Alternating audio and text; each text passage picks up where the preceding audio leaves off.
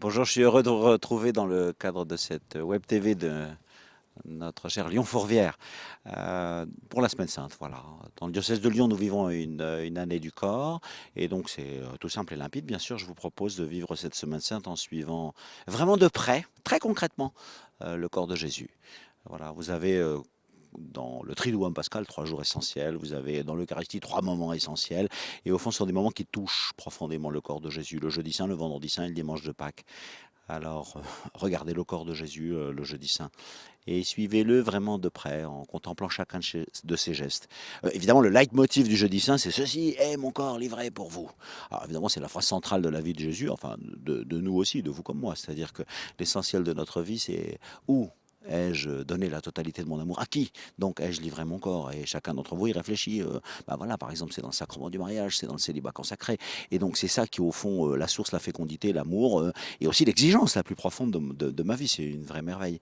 Seulement, quand Jésus dit ça dans le sacrement de l'Eucharistie, vous voyez comment l'évangile nous le raconte, l'évangile que nous lisons le soir du jeudi saint, comme c'est beau, comme c'est extraordinairement concret. Donc, c'est une perspective d'amour qui est à 15 000 mètres d'altitude, mais comme geste concret, alors il prend un linge, il remplit une bassine avec de l'eau, et puis il se met aux pieds des apôtres comme un esclave, et puis il se met à leur laver les pieds.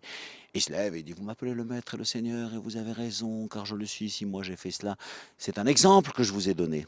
Et donc nous voyons comment la perspective grandiose et centrale du corps livré dans l'aventure de notre vie, dans notre vocation, si vous voulez, pour chacun d'entre nous, se réalise concrètement dans tous les gestes d'amour, de service de la vie quotidienne. Être des serviteurs. Voilà ce que le corps de Jésus nous apprend le soir du jeudi saint. Le vendredi, c'est pas du tout la même ambiance. On n'est plus dans la tendresse ou l'esprit de service ou la joie d'une vie familiale ou communautaire. Et on est dans l'effroyable détresse des plus grandes souffrances. Bon, il y a de la souffrance dans nos vies, hein. Et donc, on regarde la souffrance de Jésus et on voit ce corps qui reste entièrement donné, entièrement saisi par l'amour, et pourtant on lui crache dessus, et pourtant on le couronne d'épines, et pourtant on le gifle, et on se moque de lui, et puis la flagellation, et puis la crucifixion. Qu'en est-il de ce corps? Et donc, dans les souffrances du corps du Christ, vous pensez à vos différentes souffrances, à celles que vous côtoyez, et à celles que vous ne savez pas comment accompagner. Les gens que nous aimons, qui souffrent et auxquels on ne sait pas quoi dire, et des fois courageusement on s'en va, mais c'est de la lâcheté. Il faudrait être là même quand on ne sait pas quoi dire. Après tout, l'important c'est d'être là et d'aimer. Et donc on regarde la souffrance dans la souffrance du corps de Jésus. Et le voilà sur la croix, et donc il est perdu, il est rejeté par tout le monde, et pourtant lui, il nous ouvre une porte d'espérance, et il est là, et il dit au bon larron qui est à ses côtés, regarde, regarde, aujourd'hui tu seras avec moi dans le paradis, où il s'adresse à son Père et il lui dit, en tes mains je remets mon esprit. Et donc le corps perdu de Jésus est en fait toute une personne qui continue sa route et qui sait qu'il continue d'être aimé et qui sait s'en remettre à cet endroit-là. Je dis ça pour nos souffrances, voilà.